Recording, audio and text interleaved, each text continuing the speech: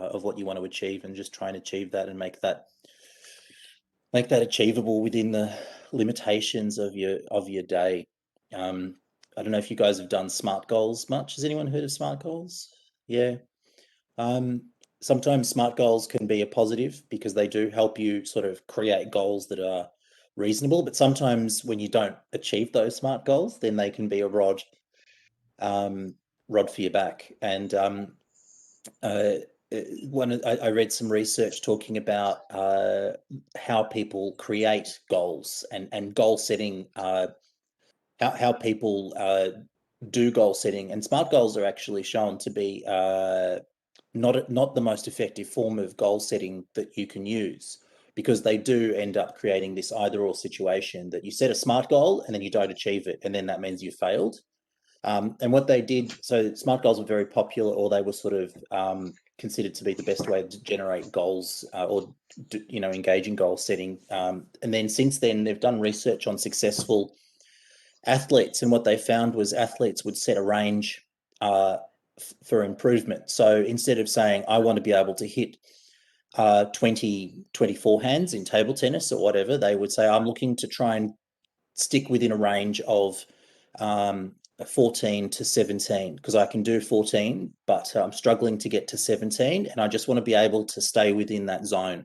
And so they would pick a zone or an area or a range, if you like, to operate within.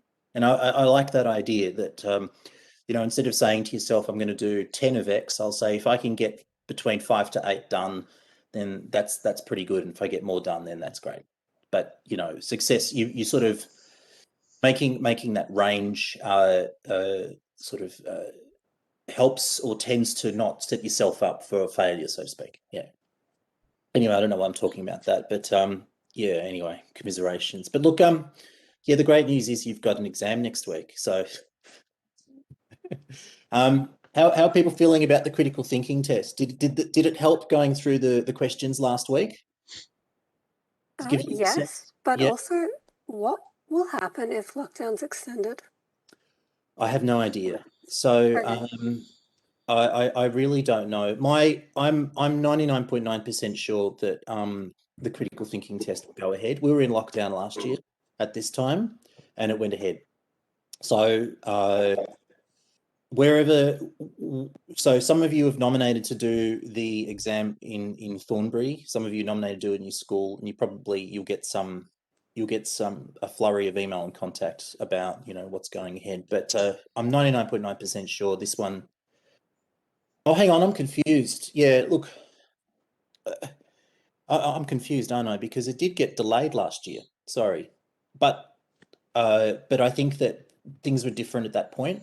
I think this will definitely go ahead. Everyone will just get an exemption, and you'll be able to go in and do it, and they'll just have to space you away. And because of this exam being, you're probably the only person or one of maybe only 5 people in your school doing this subject, it won't be hard to socially distance. So just assume that it is definitely going ahead. That's what I would say.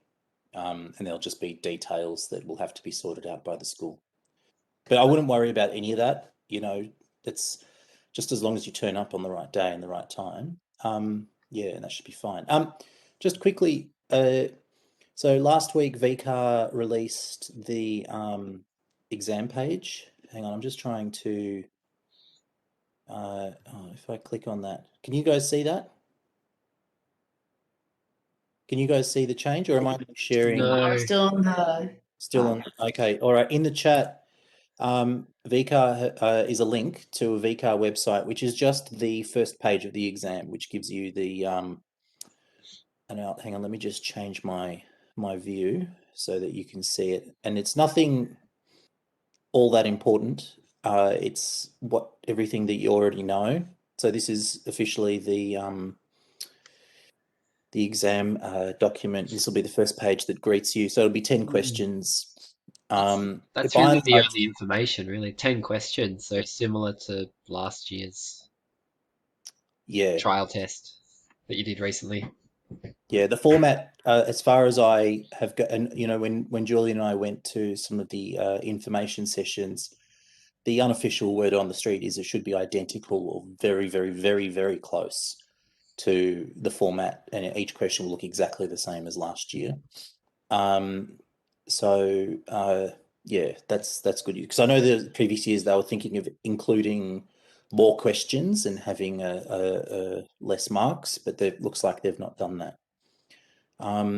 So just 10 questions. You have your hour and 10 minutes. So you don't, I think I'm right in saying this, you don't have 10 minutes of reading time. You can write straight away. But it's good just to go through it anyway. But yeah, you don't have that standard thing of reading time, FYI. All right. Does anyone have any questions before we get started from last week? Does anyone want to sort of clarify anything, or are you happy to just roll along? I was just going to ask, were you going to give us some kind of like feedback on the practice one that we did? I've been sloppy. Okay. Sorry. So that was my goal for today, and I failed miserably. So that's okay. That's okay. So that's I'm going to try and do that. And what I'm going to do is just go through everyone's and have a look at probably try and find the weak point and focus on that. So look at which questions perhaps you could have focused on a little better. And so, but yeah, I'll definitely go through and do that, but I'm not going to formally mark them. You know, I'll let you know if you've done well or not. I'll try to, but yeah, I'll just probably focus the feedback on saying what you need to improve on. Yeah. Okay. Let's bang in. Just wanted to. So I'll make this PowerPoint available. This is just that reminder that when you're giving your answers or writing those extended answer responses, and you've got, let's say, 5 minutes at the end, and you're worried about the quality of your response. One thing you can do is look at the clarity of the argument that you're putting forwards. You want to make it easy for your examiner to know what are the steps in your argument and what your conclusion is. How are you using these signposts to make it explicit, to make your argument explicit? So, and if then you try to put the signposts in and then you realize that you can't, then that means maybe you haven't made an argument, or it's not as strong as it might be. And then it might be about trying to think it through. So this is all about putting forwards arguments and reasons for why you think X or Y. And so it's unavoidable that you will need these sorts of words in order to articulate that in a clear and transparent fashion. You don't want your examiners to be wondering if you've got an argument or wondering what you're saying. And this is a really nice and easy way to make them feel comfortable that you are putting forwards an argument. So just keep that in mind. Clarity of language is a really, really useful thing. And this is the first thing that you can do in order to help your examiner give you the marks that you want. All right, general tips. The other thing just to keep in mind, if you're in the exam and your brain just goes completely blank, this little section here, which is in the first question, do you remember the one with the boxes that looks like a fold-up three-dimensional paper box, where you had the boxes, looks like a sideways cross or whatever? It has this little blurb in it which explains those key concepts. So when those sections in the box where one's elaboration, one's evidence, one's opposing argument, and one's counter argument. If you lose your mind and you don't know what to do, what you can use these as sort of secret subheadings in your answers in later on. Are you explaining or elaborating on the point that you're trying to make? Are you providing evidence in the form of examples or data in order to support your claim? Are you considering a possibility that you might be wrong? And then are you addressing that possibility? That's a really nice way to get you started in thinking about how to create an answer to some of those issues-based questions. So if in doubt or you're not sure, sometimes it's useful to go back to this and just remind yourself, okay, have I elaborated this point? Have I explained what this actually means? As we'll see, one of the questions from last year, they said that students struggled across the board, even the high. It was very hard for a student to get a high because most students didn't clarify or explain the key concept. And everyone had a slightly different understanding of what the key concept meant. And then it led to people having really poor answers. And so maybe it was that they weren't sort of providing a clear explanation of what the argument was that they were putting forwards. And so the question then is, have you clearly elaborated what the problem is that you're trying to address? So anyway, that's just a nice reminder. As you go, you might sort of, your brain sometimes races ahead and you can't get clarity. This is a nice way of forcing yourself to think, okay, what the hell am I doing and how can I structure this and what am I missing and what can I say next? All right, I thought we would just jump in. This is an example of a question from a previous year. Have a go. Throw in, this is a 6-mark question, so I think it's around about a question 3 or question 4 in the exam. This is from 2019. I'll read it out, but you don't have to listen to me now. Just have a go at putting forwards an answer. Superheroes, the contention, you can choose to argue for or against the proposition, and the proposition is superheroes are good role models for young people. You've got all of the conditions for and all the conditions against. Having considered your arguments, offer your position for or against the proposition.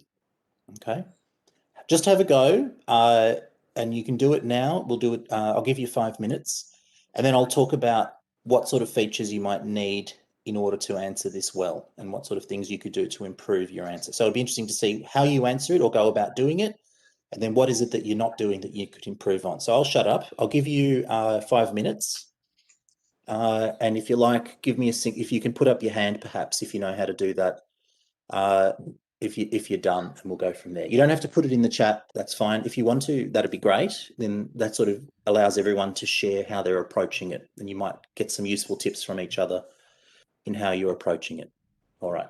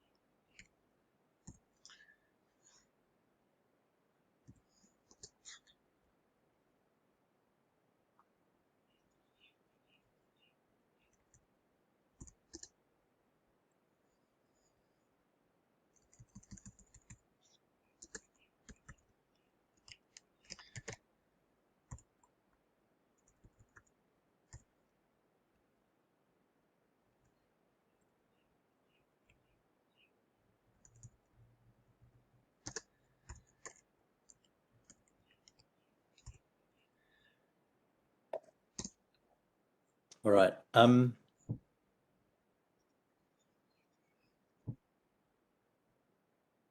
Yeah, that's a great point. For this one, the language of argument can be quite useful. It helps you sort of generate that order. That's the point that Julian's getting to.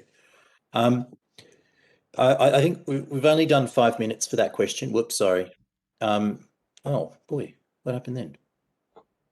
There we go. So if you think just quickly, this is a 6-mark question, and so so out of the 10 questions, on average you've got roughly 7 minutes per question. But then this is a much higher marking question than, I think a few of the questions later in the exam are more 3 marks. So you'd probably want to spend, I'm guessing, at the very minimum 7 minutes on trying to do this question, and if not, probably even spend more time, probably 10 minutes thinking about this question, if not maybe even a little more. So what you've done, if you've done that in 5 minutes and you're happy with the quality of your answer, then that's really, really great. Because 5 minutes isn't that long. But if you feel like you need a few more minutes to do it, then that's perfectly reasonable. I think this is probably, you'd want to spend at least 10 minutes on a question with this level, this level of marks attached to it. All right, let's click through, and I'm just going to give you some ideas of what the examiners are looking for, just to tell you how they describe the features of a good answer for that question. So they want you to be able to demonstrate you understand the nature of the issue. So explain what the precise issue is and how you're thinking about it. The soundness and plausibility of the claims. Are you making a claim on the basis of reasonable arguments? Does it make sense? And yeah, does it follow? The other one is implicit or explicit reasoning leading to a judgment. So I think a nice way of thinking about that is implicit. What are the implications for believing in the thing that you're advocating or arguing for? Drawing out the consequences. If we lived in a world where superheroes actually existed, this would actually lead to a terrible consequences in a society. We would be perpetually having to pay for cleanups and rebuilding of buildings, or living in a world with superheroes would be wonderful because everyone would have someone to try and live up to and be and aspire to become, whatever. So drawing out the implications, and sometimes the best way to do that is to combine it with that next point, which is evidence or examples to support a judgment. So sometimes when you're trying to draw out the consequences for a particular and the implications of it, you might want to use an example. So the first question I would ask you is that in formulating your response to that question, did you include an example to draw out and exhibit the point that you're trying to make?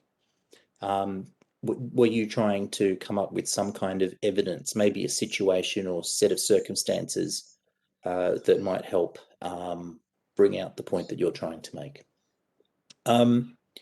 The last dot point there that the examiners said that they want people to really do is make sure clear what you're arguing for and how what you have said supports the argument that you're gunning for.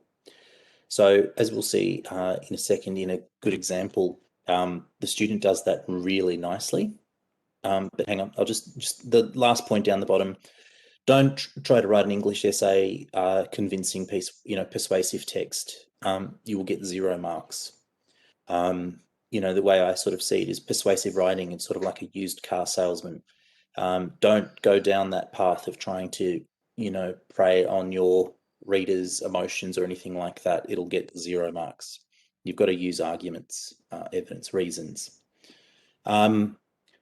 So just have a look here. This is a high scoring response. So let's just have a look at the features of it. I'm just going to read it out as just to give us a sense of it. So before we go on, Will, I was just going to comment on. It was just nice to see Jessica and Annabelle's kind of diametrically kind of situated against each other. Just some quick features that I liked about those was that one, this is an easy one, but they're very clear with what exactly their position is straight away. As an examiner reads it, they pick it up straight away. If I go back to the previous one, there's both an attempt to engage with the issue and clarify what the issue is a bit. So if I use him, Annabelle uses it a bit when she elaborates on what role models encompass. So when Will was talking about before how good students were have an understanding of the issue and the question at hand, it seems like the issue and the question at hand for this one is about what role models are in the world. So some sentence, some elaboration on that is good. And Jessica does the same as well when she elaborates on what superheroes actually are. Persistence and unselfishness to the world, etc. So there's a nice elaboration on a really, really central concept, and that demonstrates that you're understanding the issue when Will talked about that a little bit. So that's really, really good. Okay, that's great. All right, lovely. All right, let's have a look here. So just and again, sorry, keeping in mind these criteria, what I want you to do when we look at this high, can you identify the sentence or the section where they're understanding the nature of the issue, which is what Julian's sort of commending Jessica and Annabelle for having done there. Now, the soundness and plausibility of the claims, does it link together? Does it make sense? Is this a reason to support the conclusion, or is someone just sort of gone over there and just rambling and it's all just sort of a mishmash? Is there a clear link? Implicit or explicit reasoning? Are you drawing out the conclusions and the possibilities? Are you thinking about that? And evidence and examples. Are you sort of giving something here that's brings it all together to make it clear? And lastly, are you making clear how all of that stuff that you've said supports that conclusion? Are you really bringing that home at the end? So here we go. I'll just read this. Superheroes are consistently cited as heroes of young children across the world. They are unrealistic and often rely heavily on outdated tropes and stereotypes which can influence the minds of young people. The idea that a strong man will always swoop down to protect distressed maiden, who are often beautiful, slim women, and not representative of common body types or ethnicities at all. Superhero comics and movies leave children with a desire to be someone they are not and someone they can never be. So that's really nice. There's sort of two clear points there. They're elaborating. They're saying, superheroes often a superhero story always has particular tropes that are caricatures and often out of step with society. And then that second one that it's an unrealistic sets an unrealistic goal. Superheroes also take important issues and trivialize them. So you see that also in there, making it clear that this is the next argument. So in the response, the student didn't have paragraphs, but I put them in there because you can see how the paragraphs sort of naturally flow. And you might like to do that in order to help yourself think, are you starting a new argument? So that might be a helpful little tip as well. Superheroes also take important issues and trivialize them. They make it seem like the only way to stop a terror threat or bank robbery is with the help of superhuman beings swooping down in the nick of time, thus ignoring the millions of real-life people who would actually be there to save the day. So that's a really nice idea, that it actually leads to people becoming passive. You just assume that someone else will come in and save the day. Who's someone who's better than you will do it, and you become. That's great. Many paramedics, police officers, firemen, etc., who put themselves in the line of danger to protect civilians every day, they don't receive recognition. Superheroes provide a good, entertaining story. All they do is replace the real heroes of our world. So now this last bit is the point that I was getting at, with this person reiterates and brings it all together. So they are not good role models because anyone trying to be them is instantly set up for failure. So it's repeating this points previously made and disappointment in life, and wastes their time when they could be doing real life things to help people. Superheroes do not inspire change. They do not spur people to want to take up volunteering or do what's best for their family and friends. Therefore, superheroes are not good role models. Okay. That's a really nicely structured answer. Regardless of whether you think the arguments are right or wrong, you can see that there is a really clear flow and how all of those reasons given build towards that final conclusion, which is in a sense just a reiteration of the points made, but just making clear what those points are and how they together support that conclusion. Superheroes are not good role models. Okay. And of course, so the just, you know, thinking beyond the critical thinking test, obviously this style of writing and you thinking about how you're structuring paragraphs in your essay and how you're building the argument of your own research and why it is that your research is important and why it is that you want to focus on the problem that you're choosing. You know, obviously we would hope that this bleeds into your own writing itself. So just keep that in the back of your mind as well. But yeah, I hope that sort of helps give you a sense. All right, let's move on. We're going to bash through, look at a few other questions here. We're going to move on to the second half of the exam. Last week we did the first half, the first 5 or so questions. The second, so there are 2 types of question in the exam. The first one are sort of issues based, where you're asked to put forwards an argument using some stimulus, like that one with the superhero question. The other types of questions in the exam about evaluating research. Okay, have a go at this one. Just see how you go. Oh no, sorry, people have already done this one. Sorry, this is from the practice test.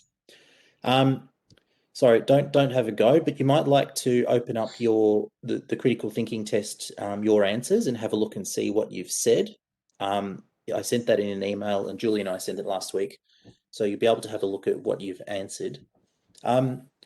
So it's asking you to basically imagine. So imagine these research questions. I'm sort of saying this is obvious, but this sort of feeds into how you should structure or think about your answer.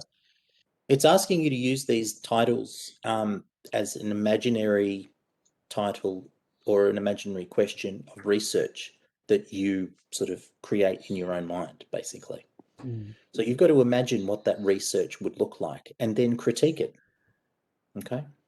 So there's a bit of creativity here as well, in the sense that you should be aiming to be really, really specific, and with your clarification of the question that you're developing.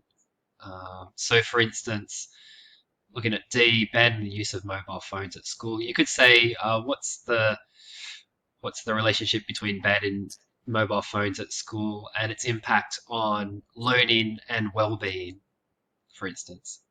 Learning and well-being, that's really, really broad concepts. How can you make that more specific? How can you kind of imagine how you would construct this to be really, really specific about the parameters in your research, and make that obvious in your research question for this one? In a sense, this question is asking you, create a research approach, a methodological approach, describe it, and then say why it's good. Okay, in terms of the quality of data being collected. Okay, so sometimes I think people tend to assume that the little title there tells you everything and then you just talk about that, whereas in fact it's actually asking you, using this as a stimulus of a research question, what sort of research would you create and why do you think it's good? That's really what's posing. So let me just have a look here. So just some tips in. So really these questions tend to ask you to evaluate possible research questions and research designs. So the first thing you do when you're confronted with these questions is, you'll have to go in and describe what it is that you're thinking would be a good or bad piece of research. And here are and we've mentioned this in the past, but here are sort of 1, 2, 3, 4, 5 elements that you can talk to in terms of evaluating a piece of research. Is it clear? Is it focused or not? Is it too broad? When they ask the question, let me go back. Financial support for people who are raising children. I don't know. Would anyone want to argue that that's well focused or well scoped in terms of a research of a research question? I would be inclined. Now, there's no right or wrong answer because I could argue both ways. But initially, I would argue that it's probably not well scoped because financial support for people who are raising children might be very, very specific to a particular region or area that someone is growing up in. I think there would be a big difference between genders as well. Depends what raising children mean. It also depends on what age that the children are at, and depends on what financial support means. So I would want to really tighten that question quite significantly, I suspect, and I could see very easily how you could critique that in terms of scope. Just like answering sort of actually no. When I got to this question, I feel like a question I had was not so much a question, but like I look at all those, right, like A, B, C, and D, and I feel like D is the only one where I know what they're talking about. Okay. Yep. In terms of people who are raising children, I couldn't tell you what the problem is. The War Memorial couldn't tell you what the problem is. National news networks couldn't tell you what the problem is unless you had kind of extensive knowledge into that area. Whereas I feel like maybe because it's more relevant to me, I don't know, but I look at mobile phones and I'm like, oh, I know exactly the pros and cons of that. Okay, so in a sense, you've chosen the strongest one and then critiqued it. The one that you thought was the strongest and then tried to find fault with it. Is that what you're... Or you mean the one that was you were most able to... I feel like it's the only one I could talk about. Yeah, okay. How you could gather good data. Yeah. Yes, because it's the only one I know what we were measuring. Yeah, okay. It's measure. You can see clearly how you would measure it. Yeah. Okay. Yeah, that's a good one to talk to if you wanted to go down that track. I think you're talking to their objectivity and impartiality, and maybe you're running through, okay, well, what are the variables that might be measured in a research project? How can I talk about those variables, and how could that information or data allow me to form a conclusion on the issue or debate? Yeah. Sorry, I wasn't sort of answering. The other thing is that I was just talking about these questions in terms of the different sort of features that you could use. Sorry. So, in that question, it's asking you specifically evaluate one of those questions according to how feasible will it be to collect the necessary data, right? So often there's this rubric, if you like, that all of those questions seem to operate within. And so you just keep that in mind in terms of scope, in terms of bias, in terms of the feasibility of collecting the data, the likelihood of having a clear, objective, unbiased answer. Sorry, I'm just jumping in. Another way to think about it, can you find any compounding variables that might be affecting those questions as well? That could be something to talk about in this one. Yeah. Can you find any? I think you kind of mentioned that when you said, okay, raising children, that means something different for gender, for age, for geographical location. They're all confounding variables. They're going to make it difficult to accurately get a picture of what actually is going on in society with regards to raising children. And the researcher needs to understand those concepts and the parameters and implications for a research project if it's going to be objective. Yeah, so it sounded like you had a ready-made criticism of that first one, and then you had a very, very clear line to arguing how they could generate good quality data and what are the difficulties. But yeah, I think that point too, talking about what are the hidden variables when we're talking about data, when we're talking about the question of collecting data, what are the hidden variables? What are the complexities in being able to gather the data in order to achieve, a nice, clean, objective data set? And how strong will that be in terms of reaching a finding and getting to a conclusion?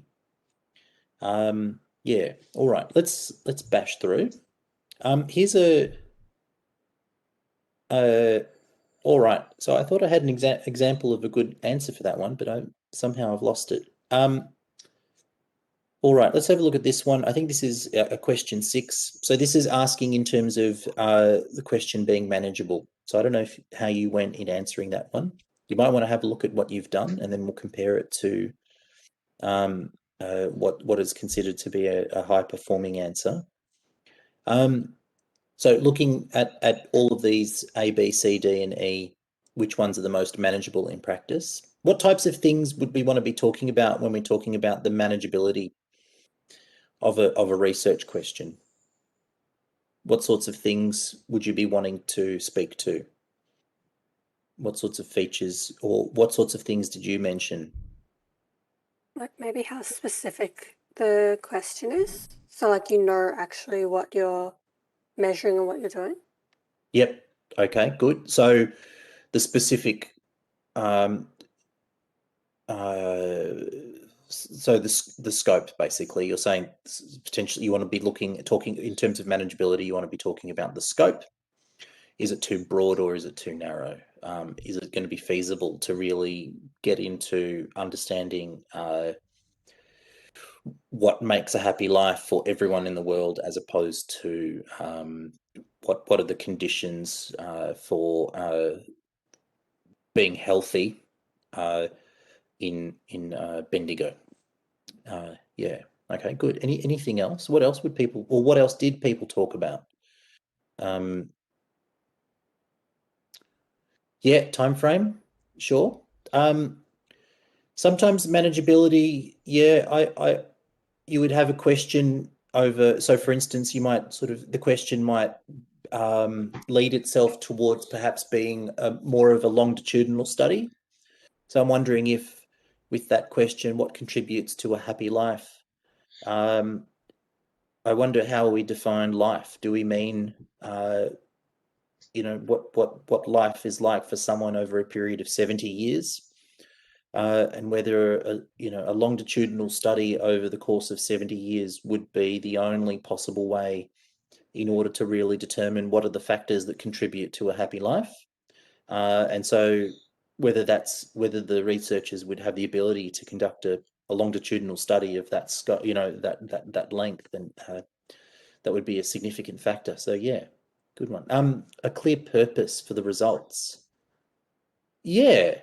Do they have a clear sense of what kind of data is needed in order to be able to achieve the does the question lend itself to a clear kind of data set that's needed in order to be able to answer the question? All right, it's good. Yeah, okay, well, sorry, this example down the bottom is an example of a high scoring response. So let's have a look. So you can see there, and also variables. If in doubt, you might like to talk about variables as well. So manageability, a nice way of thinking about manageability, also in terms of controlling for variables or things that may impact the strength of the data that you're trying to gather. So that might be another thing that you could mention there as well.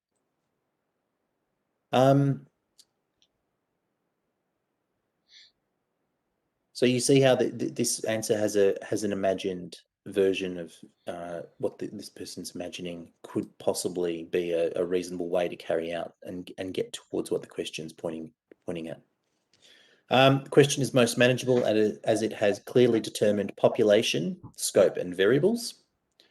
The research question could be researched with minimal difficulty, as a sample of EPWIC Early Learning Centre staff could be quantitatively surveyed on if a raise in hourly wage or provision of 1 day of paid leave per month would make them more likely to continue working at this workplace. Okay, so they've imagined an interesting, oh no, sorry, yep. The quantitative results would be very easy to categorize and analyze for trends in the opinion of respondents, which would then provide a definitive answer to the research question. So that's, so that point that Humsey you're making there, this, you know, this answer is doing something that you're saying would be worthwhile. Just talk about whether or not it would have a clear kind of response or not, or if the kind of design that you're imagining would actually be able to achieve an answer to the question. Yeah.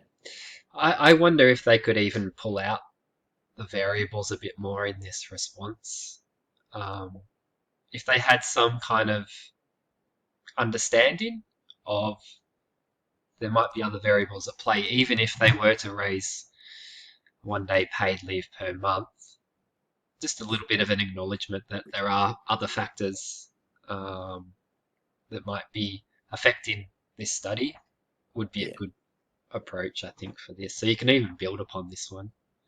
That's a great point. One of the weaknesses, I think, for students, people fall into the trap of just using descriptions or features of research. Don't be the student that just says, this research is manageable and it's feasible and it's well scoped and it's got a clear population and there are variables that are easy to control for. You know, don't sort of fall into the trap of just using the technical language. You need to be using that technical language and showing how you apply it to the context. So, you know, a really dangerous thing would be just to, you know, going back to this one, the worst possible answer would be, this is well scoped. There's a bias in it. It's not very feasible. It does, we'll be able to reach an answer and it is manageable. So just using those words alone will get you nowhere. You've got to be able to apply them. Yeah. So just keep that in mind. And I think that's what Julia's getting at. This question, that start, it just uses these words in a bit of a generic way, but then it follows up after that with some clear, sort of a clear argument and reasons to why they think it's the most manageable. All right, let's bang through. This is a similar type of question. It's the opposite, in fact. So you've got to argue against. You've got to pick one that you think is least manageable. I'm wondering if you, as we're going through this, you're looking at your answers and what you wrote, and are you able to identify what you could have done to improve your response? You know, could it be that you're not sort of fleshing out your imagined piece of research that you're wanting to argue is the least manageable or most manageable or whatever? Are you sort of elaborating on that and giving a clear picture of how you're imagining it, and then critique, and then that next step of saying, oh, it's good or bad because it is well scoped because or it is not well scoped because of it is manageable because of, you know. So can you see how you could improve what you did in that critical thinking test? That's really what I'm hoping for. Now it's interesting that this question here seems to be perhaps from the same student, and if it's not from the same student, it's probably from the same class, because they've used a very similar sentence. This question does not provide a population, scope, or potential variables. I'm wondering, it's almost identical to the way in which the other person, they've just put that sentence in, and as Julian had pointed out, it doesn't really help much. Yeah, it's good for starting the sentence, starting your brain ticking over. Like, what am I going to talk about in this? Of population, scope, and variables. Okay, that's where I'm going to go. So it's good for just starting, getting going. Yeah. All right. The research question does not provide information on the population it intends to investigate, as cultural and social differences between various groups would result in vastly different measurements and causes for happiness. So it's saying, all right, if this research question is to be more manageable, it would need to clarify what the population is specifically. Okay. Additionally, next argument, the question does not provide an objective measurement of happiness, making the investigation inherently subjective and limited in its application. So again, that point, in order for this research to have any legs, there would be a considerable amount of thought need to be given into how we're defining happiness, and what sort of metrics or criteria would be used in order to determine whether happiness is or is not present. Okay. And then that last sentence there, it's sort of going back. The questions, lack of predetermined variables that may, so just saying you can't use happiness as a variable because it's so unclear and nebulous a concept. This question can't be done as it is framed. You would need to really make it much more precise. So again, you notice one of the things is that you look at the key concepts in the question, and then you ask yourself that thing: what do these things mean, and are they able to be researched? Can you get some clarity and scope and focus just sticking with these ideas like happiness and life, and what does contribute mean?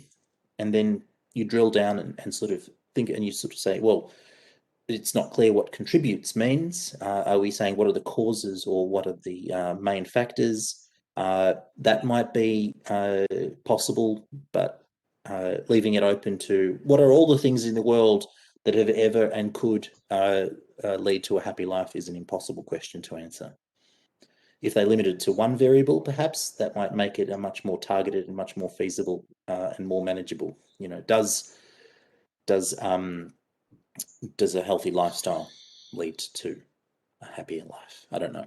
So that's a nice way to break it up and try and attack it and critique it. All right. So just these 3 tips here, just sort of reiterating the points that we made earlier. Define and clarify what the key concepts mean, and that's really that elaboration point. When you're putting forwards an argument for something, don't assume that it's necessarily clear, and your definition or explanation may help you then go into that next step of critiquing it. Okay, so you've always got to do that: explain, elaborate, clarify what it is that you're getting at, and then that next step of what are the arguments that you can use in order to achieve the conclusion that you're aiming for. So again, just this point on this question 8, last year, they said that virtually no students clarified how they're defining where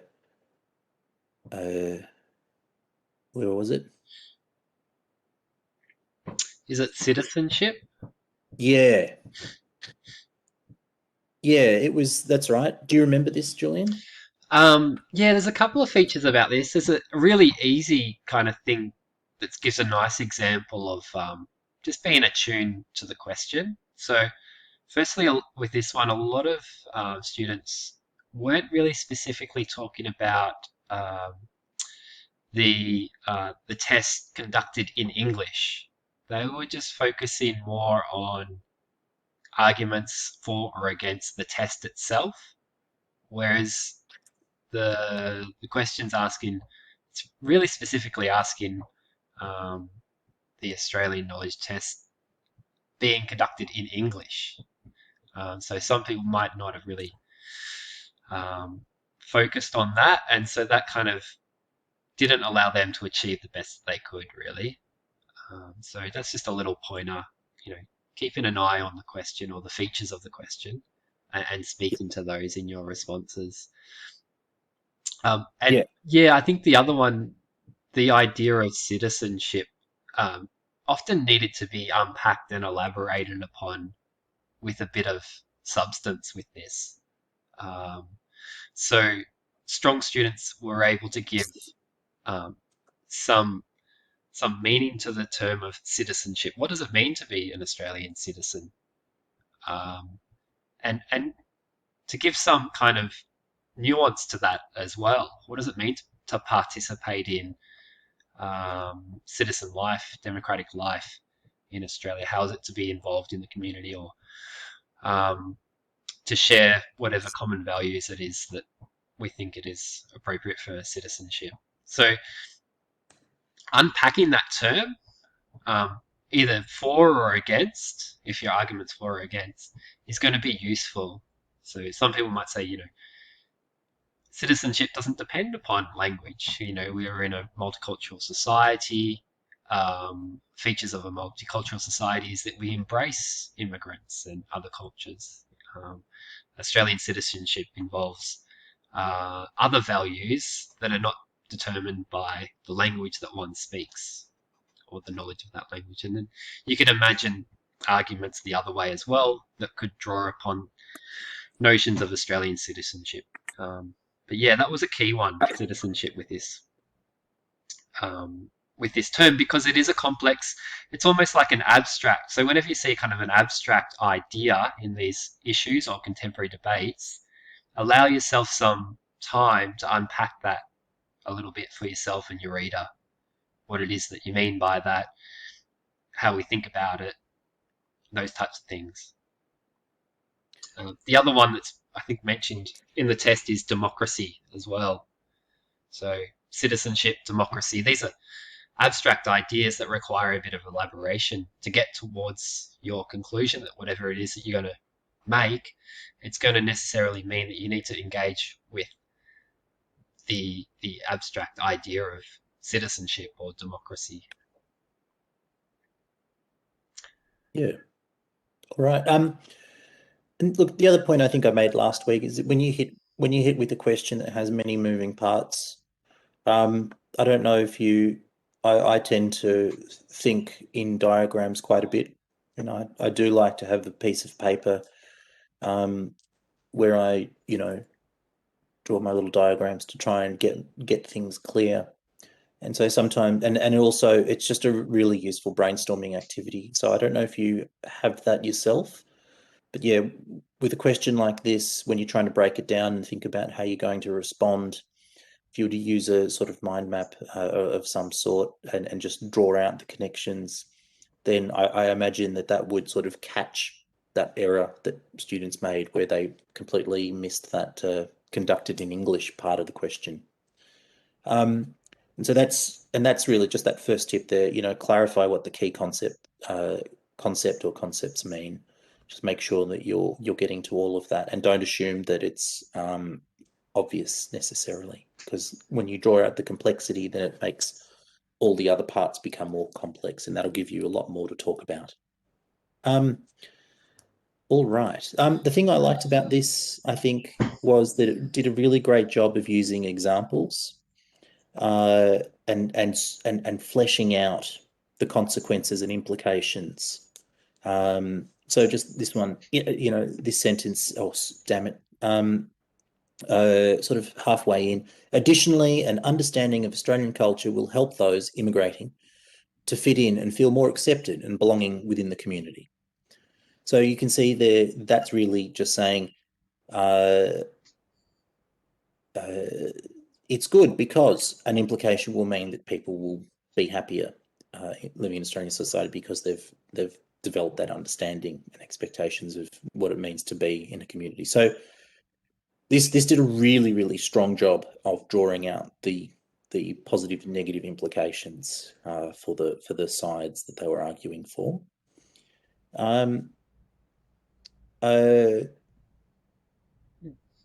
So yeah, and just again, I've sort of put in bold just a couple of selections there of just showing you where the argument is. When they use the word should, they're making a strong claim saying this should be accepted as true. So that when that should is there, you know what the conclusion is, and then you've got all those other steps that build towards that argument. Yeah. Julian, did you have anything else to add on that one, or?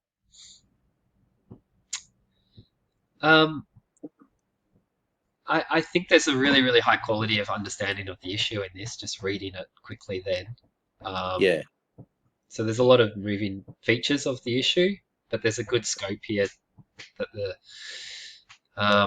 this response is thinking about those, offering kind of consequences of actions and following that up with speculations about that. So yeah, it's a really good it's 3 marks, so they've done, I think, well high above a 3 mark here. So you could probably still get a 3 mark and only write 3/4 of this. Yep. This response. So it's a high 3 marker, I suppose. Yeah, absolutely. So it does, that's a great point, that it looks like this person may have spent a lot more time on this than perhaps what they might have. So yeah, all right. Now this one, hang on, let me just check. Okay, sorry. I think this is by and large similar to that previous one, and there's not much more to say about it. Very similar feedback and similar things that you might think about for that last response as well. So I won't go on too much more. I hope that gives you a sense. Does anyone have any questions or things they wanted to clarify about that? Sorry, I know it's a bit dry. It's not super exciting talking about it, but yeah, do people feel, I don't know, do you feel a bit more confident? You got a sense of you're not going to be overwhelmed by the style or the structure of it? Do you feel that you've got a handle on it? Yeah. I feel like the only thing was looking at those. I feel like quite a few of them were significantly longer than my answers. Yeah. Okay. And I feel like I only finished psych with like 10 or so minutes to go, which is kind of a long time, but I just feel like they wrote like 3 times as much. Yeah. Okay. All right. So they are asking for an extended, not extended, not as in half a page. But yeah, you will have to try and think of, you know, a few more reasons to build towards that conclusion, whatever it is that you're arguing for. Yeah. So, but as Julian said, you know, really look at the marks. The marks should be your guide. You know, a 6 marker, you want to expend some effort. So it could be that you weren't doing that or thinking about that in the exam. You were sort of giving everything equal weighting, and you really need to make sure you don't do that.